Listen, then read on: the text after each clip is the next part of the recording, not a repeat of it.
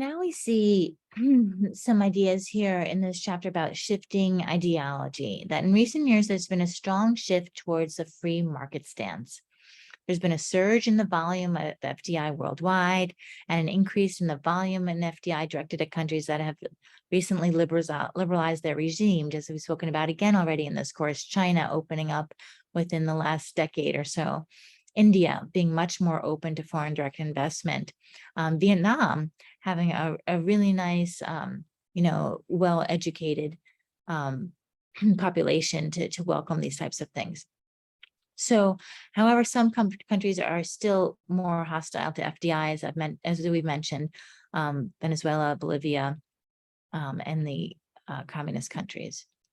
So what are some more benefits and costs of FDI? We've already mentioned these briefly, but we'll go into further detail here.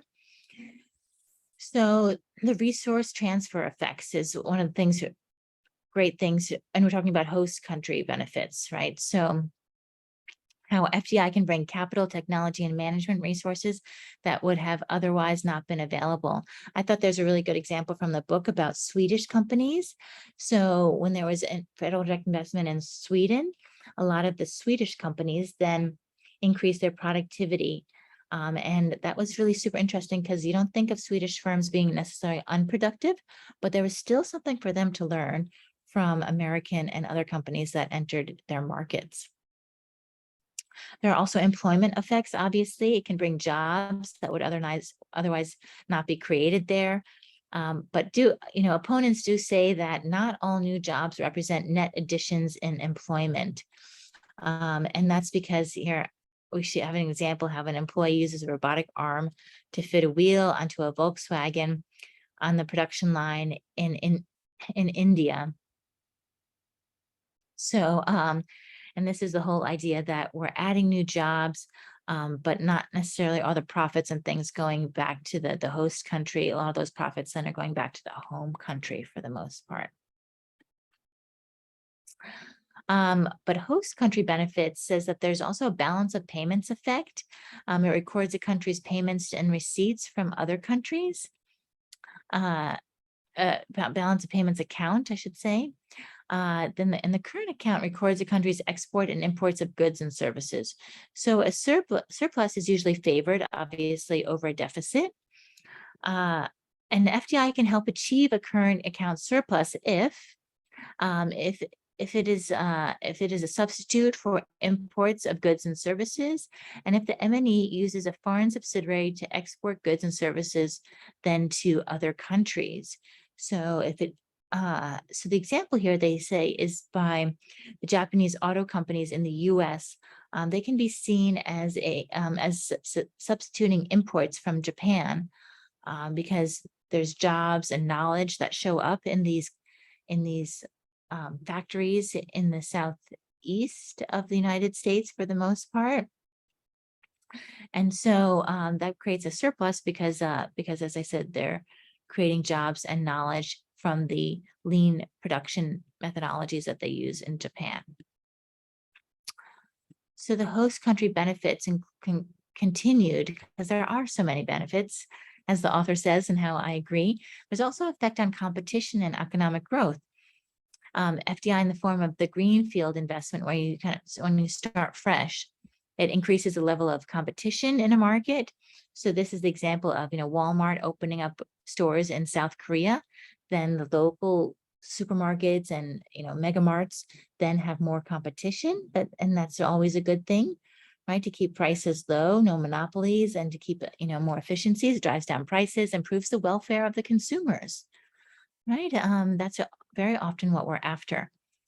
Also, there's increased competition that leads to increased productivity growth, product and process innovation, and great economic growth, obviously. The host country costs. So, as we said, there are benefits and costs, that there's some adverse effects on competitions. So the subsidiaries of the foreign M&Es may have greater economic power than the indigenous competitors because they may be part of a larger international organization, right? And we see that with McDonald's, right? That McDonald's goes into a city and it can really just kind of take over so many of the different, faster food restaurants, because they're just so efficient about what they do. They have so much capital behind them. They're such a well-recognized brand, etc. And M&E could draw on funds generated elsewhere to subsidize costs in the local markets. They could allow the M&E to drive indigenous competitors out of the market and create a monopoly position. More costs continued on the effects on the balance of payments. So two possible adverse effects of FDI on a host country's balance of payments: the capital outflows as foreign subsidiaries repatriate earnings to the parent country, as I was saying, the home country, the revenues and things go back. And then there's a debit on the current account of the host country's balance of payments associated with imports of unit products by the foreign subsidiary. So the individual products that they import then to create the finished product, then puts a debit on how many products they import and export, if you're paying attention to those types of things. Now let's talk about the possible effects on national sovereignty and autonomy, because this is something that people like to address. And as you'll see, that the author likes to say very often that this is an outdated theory, because really no country anymore is seen as an island, and that there's growing interdependence in the world economy. But we definitely want to address it just to make sure if it comes up in your place of work that you have an answer. It means that FDI can mean some loss of economic independence, because now, for example, India is very much dependent on US businesses because we export so much, call centers, radiologists, etc. So if something happens to the US, then India will have an issue. Key decisions that can affect the host country's economy will be made by a foreign parent that has no commitment to the host country, and over which the host country's government has no control. And so, right, are we working in synergy here? Are we working in tandem? Because now the host country has, this foreign person inside their country making decisions, but they can very quickly, do something, maybe pollute the environment, and then leave very quickly. And the host country, then government doesn't really have any control over, tracking that pharmaceutical company potentially that is putting drugs into the rivers in India. So again, this is definitely a problem, but as we see that the countries are so, intertwined, that there's, interdependence, that this would most likely never happen, because,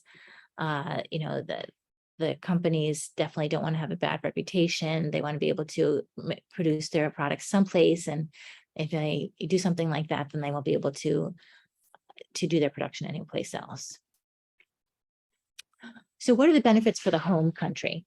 The home country balance of payments from the inward flow of foreign earnings. So this is great, right? If you're a business owner in the United States and you open up a shop in Germany, you have more clients. So really great potential to grow your business. There's positive employment effects that arise from outward FDI. So now you can send your employees abroad and there are more jobs available. And you have gains from learning valuable skills from foreign markets that can subsequently be transferred back to the home country. And that's really great too, that you always will learn something when you go abroad, and there'll always something that we can maybe improve on at home. Okay, so the home country costs, we'll talk about a little bit of the balance of payment effects. This is where the suffers from the initial capital outflow required to finance the FDI. So as we've spoken about, because if we're not exporting anymore, because we're not licensing, we're actually buying buildings, or we're renting buildings, and we're buying equipment, etc. abroad, that we have a lot of capital that's leaving the home country and going into the host country. The current account then is negatively affected if the FDI is to serve the home market from a low cost production location, for sure. A lot of investment goes into that. And then the current account suffers if the FDI is a substitute for direct exports. So instead of, shipping a car, but we're going to manufacture the car abroad, then we will, we won't be able to account for that as an export. And this was the example that they gave in the book was how, that Japan, now that they're doing manufacturing in the US, that there will be a certain time when they're actually not going to make as much money, because if they, were exporting their cars, then they would continue to have the manufacturing and the revenue coming into Japan. But now that they're manufacturing in the United States, they, that there is definitely a little bit of decline of returns to the home country. The employment effects, if the home country is suffering from unemployment, there we may be concerned about the export of jobs. And this is where we see a lot with the United States.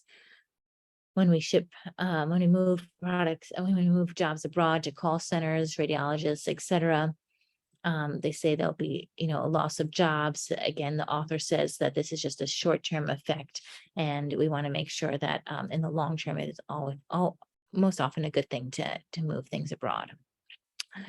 So international trade theory and FDI. This is where the home country concerns about the negative economic effects of offshore, this is where that term offshore comes in, to serve may not be valid. FDI might actually stimulate economic growth by freeing the home country resources to concentrate on activities where the home country has a comparative advantage. And this is exactly what the author loves to talk about, is that, yes, we're getting rid of manufacturing jobs in the United States, but we have a much better comparative advantage when we come to management skills and entrepreneurship.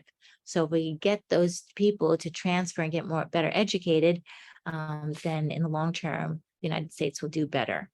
And consumers, of course, will benefit from in the form of lower prices. Like, wouldn't it be great if you didn't have to pay, hundreds of dollars for a radiologist to review your tests, and you can only pay a couple of dollars, and then it brings your healthcare costs down. So how do we encourage outward FDI? What are some home country policies that will help move this all forward? The first one is have government-backed insurance programs to cover major types of foreign investment risks. And another cool job that some of my colleagues at Thunderbird have gone into, they work for insurance companies that create insurance programs to make sure that a company feels safe investing abroad. So the company then will say, okay, well, what if, it doesn't work? What if we get, broken into? What if we don't know what we're doing? What if the whole business fails? Well, you can buy insurance for that. And so the government will help support insurance programs to make sure that companies feel more secure when they invest abroad. You have special funds or banks that make government loans to firms investing in developing countries, because that's a little bit tricky, right? You can't necessarily go down to your Bank of America on the corner and ask for a loan for a shop that you want to set up in Kenya, right? They don't know how to evaluate that. And so there are certain funds and banks in the United States that are focused on those types of things. And then the third thing is eliminate double taxation of the foreign income, because now that you have a business in that foreign country, you're going to have to pay taxes there, but you don't want to have to pay taxes there on the revenue and then pay taxes again when you come into the United States. And so typically what they do in the United States is that they will make you pay taxes here, but they will allow you to deduct the taxes that you've paid abroad. And so then you only have to pay minimal taxes in the United States. And then the last thing is many host nations have relaxed restrictions on inbound FDI. So as we saw, Japan really, really tight about inbound FDI, starting to relax now. But many host nations, especially places like in Africa, are really very much welcoming of FDI, because it just, as we've seen, the research shows that it greatly improves their society. So now, continuing to talk about restricting outward FDI, what does this look like? And so Britain did this in the 1960 to 79, is because they wanted to improve their balance of payments. But as you can see, they've also messed up quite a few times in their history, and the author would probably say this is one of many times that they did that. This is where virtually all investor countries, including the US, have exercised some control over FDI periodically. Countries manipulate tax rules to make it more favorable for firms to invest at home, keep the jobs home, that type of idea. And countries may restrict firms from investing in certain nations for political reasons. So, and the restrictions can be formal and informal, but obviously US companies cannot invest in Cuba or Iran because of their communist regimes, and also in South Africa until recently because they were supporting apartheid. And now, how can we encourage inward FDI? So this is also a big place of study. How can you, sitting in Kenya or Ghana, see how can you get investment into your country? Governments can offer incentives to foreign firms to invest in their countries. They gain from as we talked about, the resource transfer and the employment effects of FDI.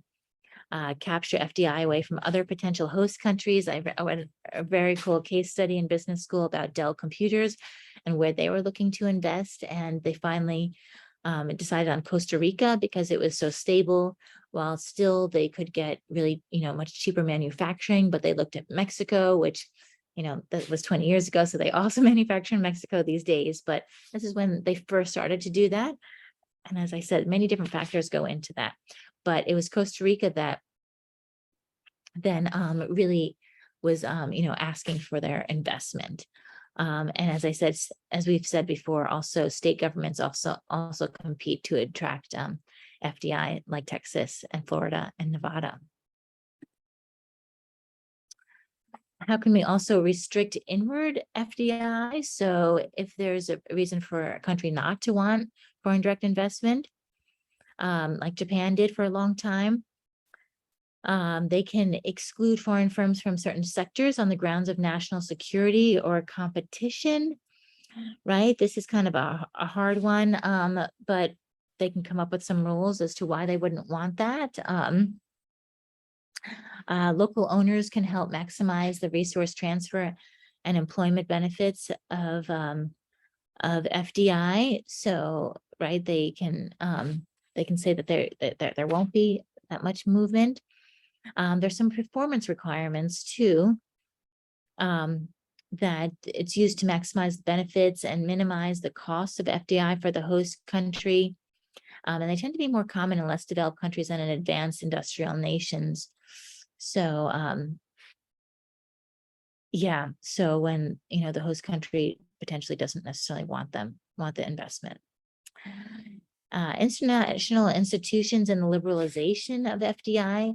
Until recently, there's been no consistent involvement by the multinational institutions in the governing of FDI, right? If you look at the world of FDI, there's no, there's WTO, but it's limited a little bit, as we'll see, as the author says, that it changed this in 1995. And there has been some success in establishing a universal set of rules to promote the liberalization of the FDI. And some agreements came up in 1997 for liberalization of trade and telecom and financial services, which is great.